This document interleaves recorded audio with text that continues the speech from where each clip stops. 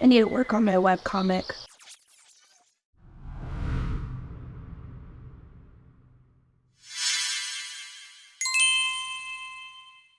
Hey YouTube, how are you all doing today?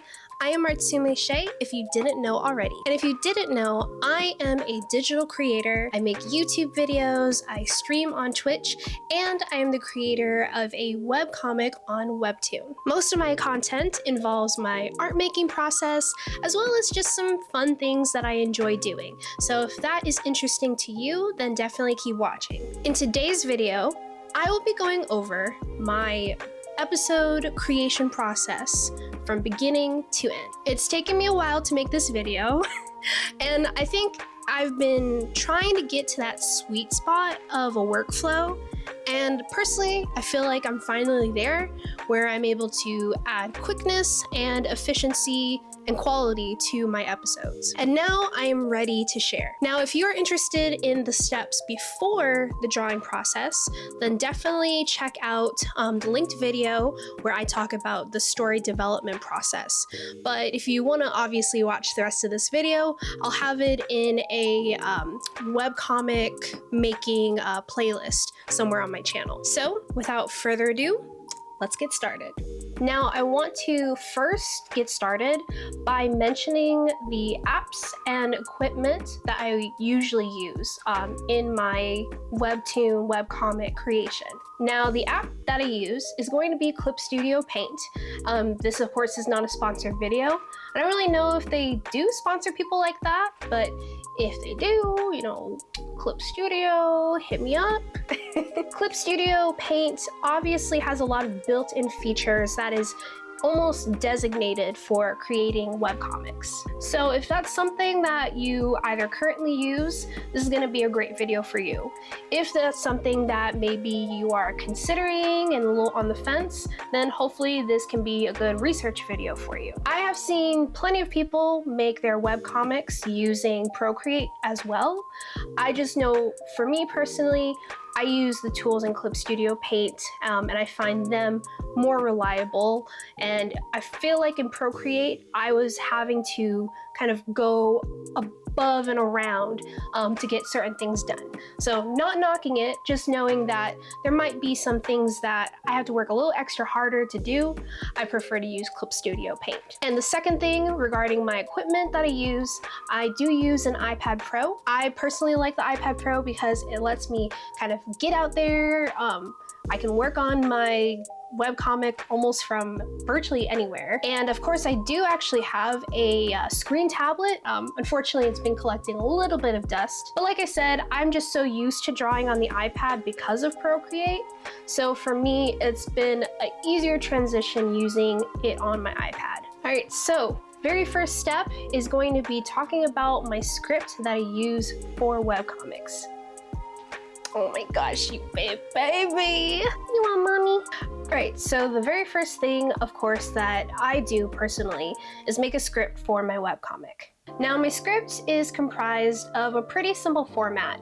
I use 2 columns, and one column is devoted to all of my visuals and actions. So things like what actions the characters are completing, as well as, you know, any facial expressions, how the character needs to look and feel. And then the other column is going to be all of the dialogue and sound effects. And each row is numbered according to what panel it is. So that's really been a pretty simple and straightforward way that I organize my scripts. Now, everybody has their own different way of doing it. This is what works for me. Some people actually draw out their thumbnails and then write out the different text bubbles. That can work too. I just know for me that my organization, especially because I pretty much write the entire episode before I even touch drawing it, but that's really what's helped me so far. So on the iPad, you can do something called split screen. And if you are using an iPad, that's pretty simple. I just kind of drag up, bring my dock here, and then move Clip Studio up to where I can view it. Of course, if you don't have an iPad, that's totally fine. You can really just have, you know, your script somewhere on display for you to see it. Then I go through and I pretty much start making my panel boxes. So as you can see here, I've already gotten started. and I use this navigation tool, and I can kind of maneuver where all these different things are going to be. So I use all of my panel tool to go through and start drawing out each individual panel, open up a new layer, use my pencil, and I actually give a very rough just sketch of what's supposed to be happening in there. Just basic sketches to know kind of what the staging of the characters, where they're supposed to be. And you'll also notice that I actually number the speech bubbles, and that's kind of going into the script method I mentioned earlier. That's why I number all of the different dialogue boxes. Another thing about thumbnailing, I really try to do as little drawing as possible. One time I heard that your thumbnailing should not take any longer than like 5 minutes. It's really just for your own thought process alone. All right, so now that we have covered our script, we've covered laying out all of our panels, as well as thumbnails, this is when I actually do the next step, which is laying out my backgrounds. I lay out my backgrounds because for me, it just kind of sets the scene and environment for where my characters are going to be and what I'm drawing them into. There are 2 very helpful websites that I've used during this process. With Acon 3D, these are going to be very, very focused on your typical and detailed webtoon backgrounds. More than likely, if you have a favorite webcomic and you can tell that they use 3D backgrounds, this is probably the website that they get them from. You want to come here and listen to me talk about backgrounds? Now, another thing that you may want to consider is probably adding a little bit more uniqueness to them. So adding some unique details that help with your world building, that could be also a really cool addition to what you're making. The second website I mentioned, which is Sketchfab, overall 3D models. A lot of them you can find for free. A lot of them you can also find for paid. That's actually what I used for the convenience store arc at the beginning of my webcomic. Probably want to consider reaching out to the creators just to make sure that, you know, it's fine for you to use these, you know, different creations in your webcomic. And I would also probably advise having a very general and passing knowledge of using Blender. All right, so with that, I'm gonna go ahead and input a background.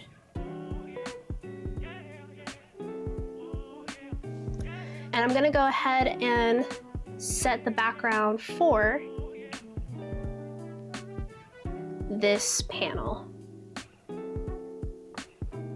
So as you can see, it fits pretty well in this scene. All right, so the next thing that I'm gonna do is start laying out my 3D models with 3D poses. So each character, I kind of have a different body shape that I've customized. Holding and dragging them into the scene, I now have your typical A pose, and I can actually start posing them according to what I have planned. So if you go on the Clip Studio Paint asset store, there are tons of poses, most of them free. So I'm gonna go here, use 3D pose, and I'm gonna see if there's actually some poses that I already have. And so this one is kind of interesting. It's very dramatic, I feel, and not necessarily this type of look that I'm going for. What you could also do is you could also actually maneuver these. So these poses are obviously posable. What I'll do sometimes is download a pose and I'll reuse those poses but just make adjustments to them.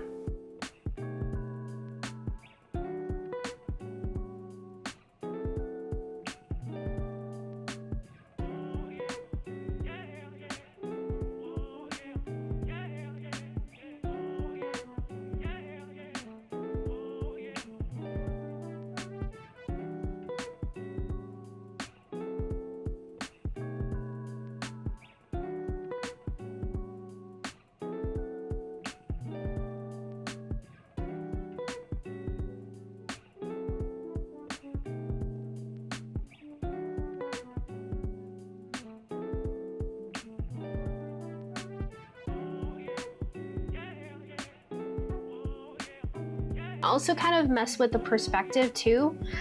Sometimes the perspective on your characters, you know, isn't like super flat. You know, you want some kind of three-dimensional aspects to it.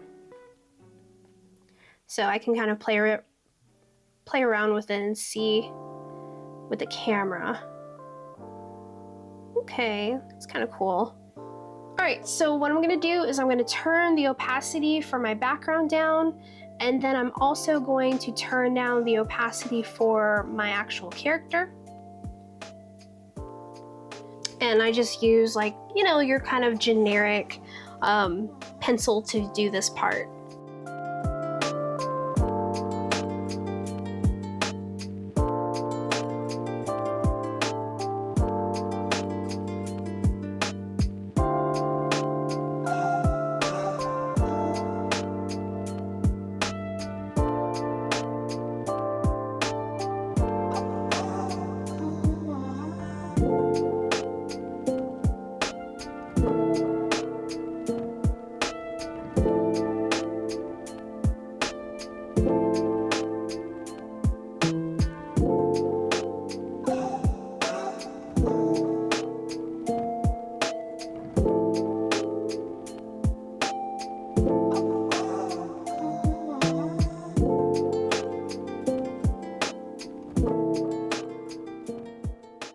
I am now finished with my rough sketch. If I remove this, you're able to see kind of like a rough outline, and really just enough for me to get the idea, kind of take what's in my brain and putting it onto screen. I was gonna say onto paper.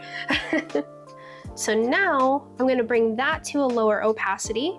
I'm going to start my official line art.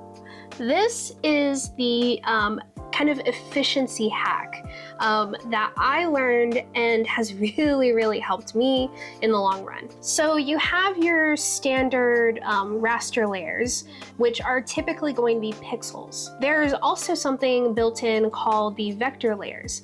And the vector layers work in a way where every line is its own individual entity, I guess you can call it. And by using that vector layer, you can draw using any brush that you want, but it allows you to then erase different segments of the line. I'll show you an example soon as I get started, but it's just really helped make the drawing process go a lot quicker, and has really helped me being able to just kind of like bust out, you know, drawing panel after panel in a fairly quick time. All right, so let's get started. I'll show you everything, and it'll make more sense as you watch. So right here, I have new vector layer. And when I tap on that, that makes a layer with like this little 3D box in the icon. So once I use that, then I use my standard brush that I use for drawing. And then I just, you know, go ahead and draw. I check my brush size, make sure everything is exactly how I want it to be. And then I just get started.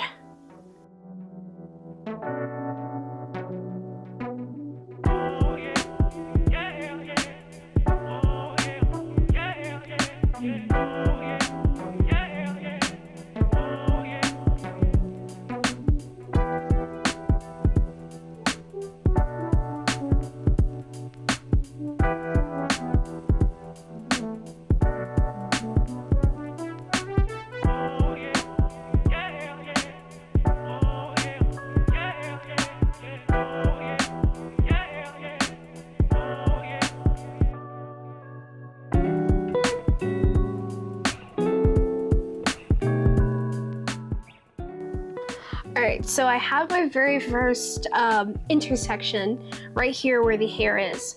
And so because those two lines intersect, I can use what's called the vector brush and just simply tap to immediately remove everything up until that point. So basically, I can just draw pretty freely, not have to worry about my lines overlapping, and then just go through and clean it up using that tool. It is, in my opinion, something that sold me on using Clip Studio Paint for the process of drawing. And really, I just kind of keep doing that, and towards the end, I'll probably do a little bit more work to clean up the whole thing. Now sometimes if it doesn't recognize that the lines oversect enough, then you are going to notice it try to erase the entire line. But overall, it's come in handy, and if I really have to be a little bit more detailed with my erasing, that's totally fine.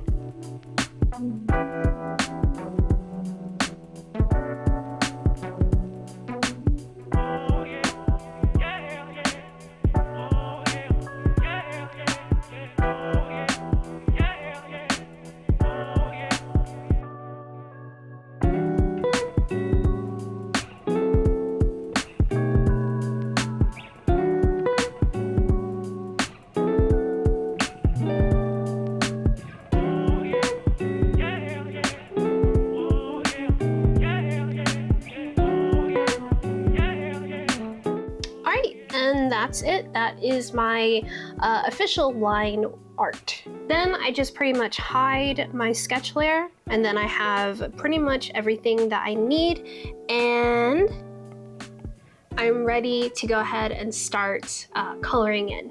Alright, so now that I have my image here, I'm gonna use it as a reference layer, and pretty much I'm telling the system that everything here that is a line, I want that to be the boundary. So it's basically a fancy word for a fill tool. So here I tap on the little lighthouse, and that's going to indicate it is a reference layer.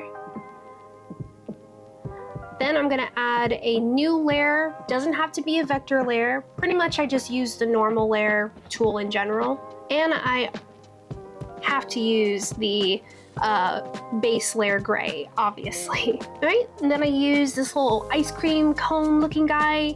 I think it's just called like a fill in, close in lines.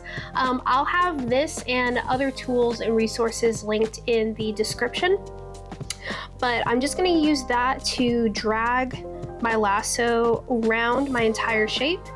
And now that has used that reference layer to basically select everything that's on the inside.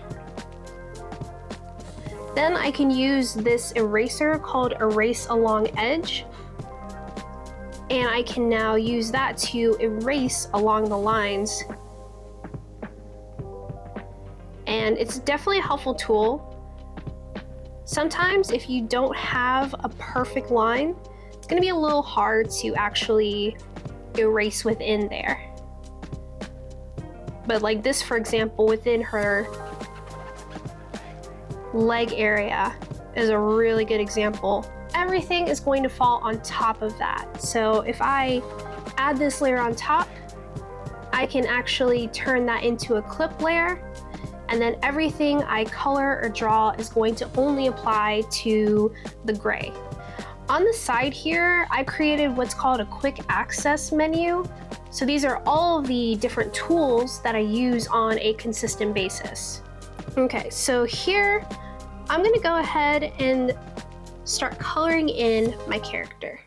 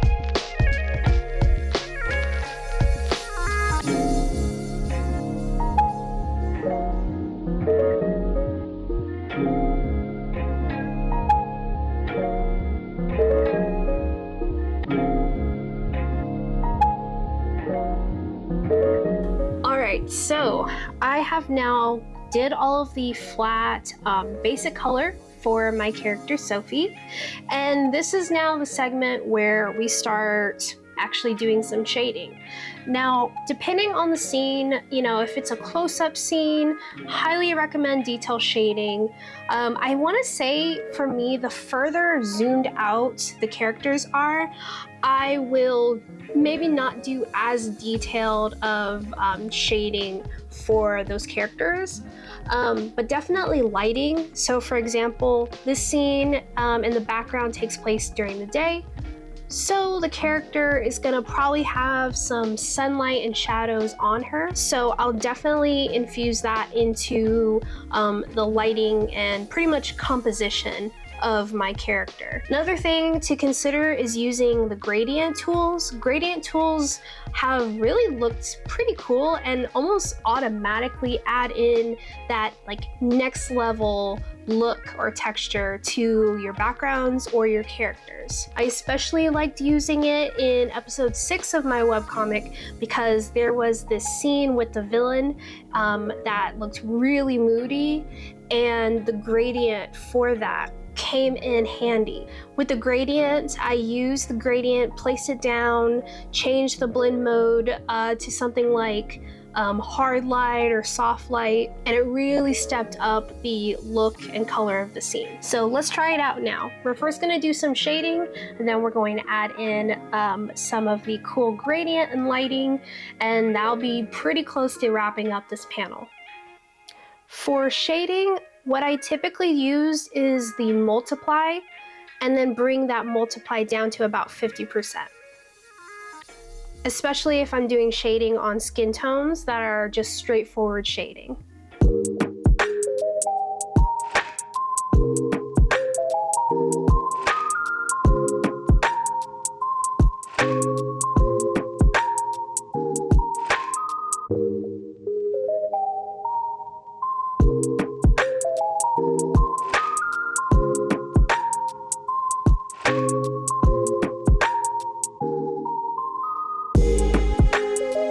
And as you can tell, I'm really just using the lasso tool for this.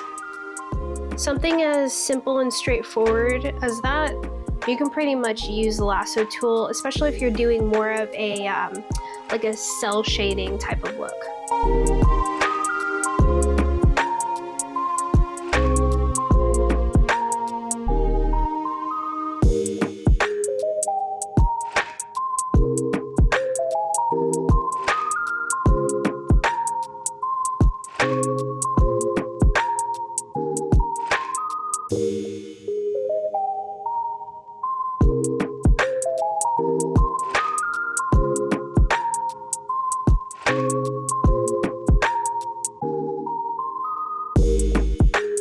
Pro tip, it might be more helpful to do that on different layers, so maybe having the clothing shading a different layer than your skin tone shading.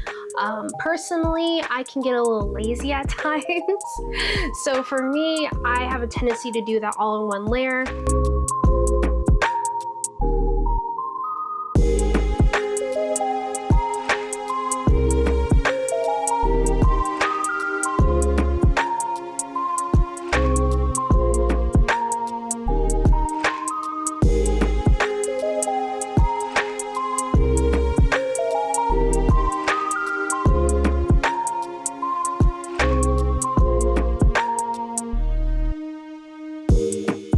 All right, so now I'm going to do a little bit of lighting, and that's going to probably be on a blend mode of add, and then I also take it down to about 50% opacity.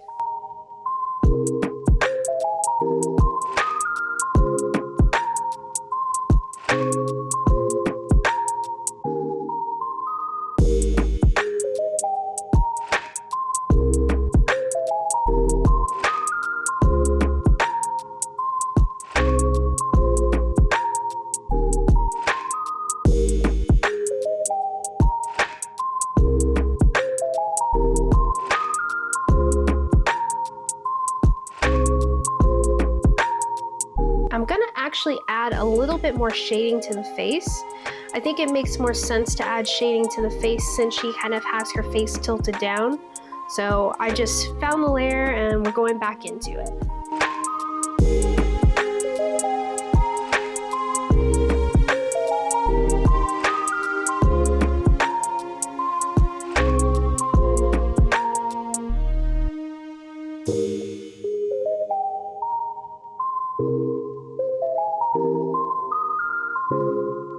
I like to organize using folders, so I'm going to actually gather these all up and put them into a folder so that way I have a little bit more space.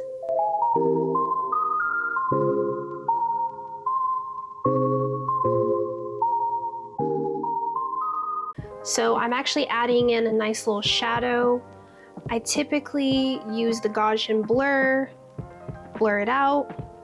That way you can kind of not tell too much. Now this background has a pretty high intensity. It's very dark and bold. And that being said, I might want to add a gradient on top of it. A gradient will allow me to keep all of the detail and not have to worry about, changing anything too much to the background. So I'm gonna go to my gradient tool, and then we're gonna select probably about the midday. All right, so it's gonna look a little bit weird right now. It looks like she is, on the middle of the sun actually. So bring it about to 50, almost 50%. And you can really start playing around with these blend modes. These blend modes are here to really add an extra layer of something. If I make it a hard light, if I put it to 100, it definitely is pretty fried, pretty bright. If I change it to soft light, if I put it to 100%, it actually gives me a nice even tone. And now it actually looks brightened like it's the middle of the day. So I have a few other really cool tips and techniques, and I'm gonna go ahead and show you those now. Now, line haze is an auto action. I'll go ahead and also link that into the description. And with line haze, it does a really cool kind of retro or kind of like anime finishing touch to it. Personally, I really like that aesthetic, so that's why I choose to use that on most of my episodes. Now, the only thing we need to do first is go ahead and rasterize our layer. That's making the vector layer now a normal layer that we can easily manipulate. So I'm going to rasterize that layer, and then I'm going to find my line haze auto action. Typically it's found on this side over here, where you see that little kind of what looks like a film clapper. And now you can see the difference. So the next thing that I have is going to be the text bubbles. Now, as you saw earlier, I have all these different text bubbles that are labeled with the exact panel that they're supposed to be at. This is usually when I refer back to my script and actually go in and either copy those words into there or just type them out like usual. So I'm just gonna go ahead and use my text bubble tool to add in those words. The cool thing about the text bubbles is that you can also use the operations tool to individually resize your text bubbles and or your actual words.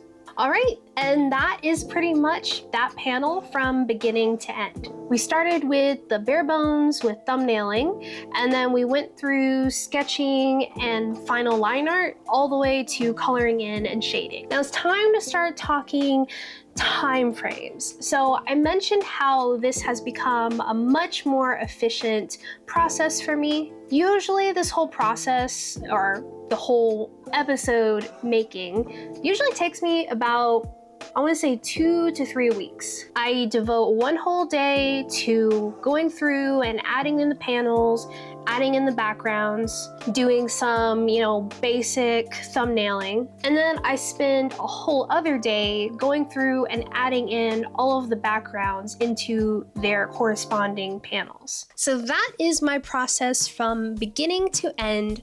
I hope that you found a few helpful nuggets in this video. With every episode that I've drawn, I feel like I've learned something new every step of the way. So take all of this video and really apply it how it sees fit for you. All of the resources that I mentioned in this video, I will link in the description. If you found this video helpful, definitely consider liking it. And if you want to see more in the future, definitely consider subscribing. I just want to take a moment to say a huge thank you to everybody. In the last month, the subscriptions have really bumped up on both my YouTube channel and on my webcomic. So I just really want to say a big thank you. I appreciate everybody.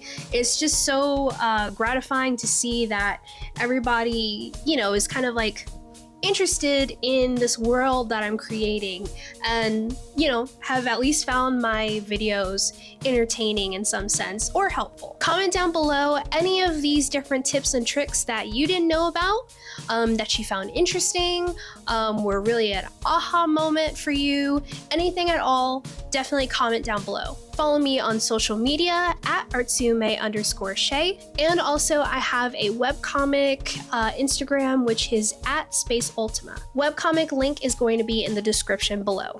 And with that being said, I am done. I am going to lay in my bed and stare at the ceiling and probably work on my webcomic tomorrow. Bye!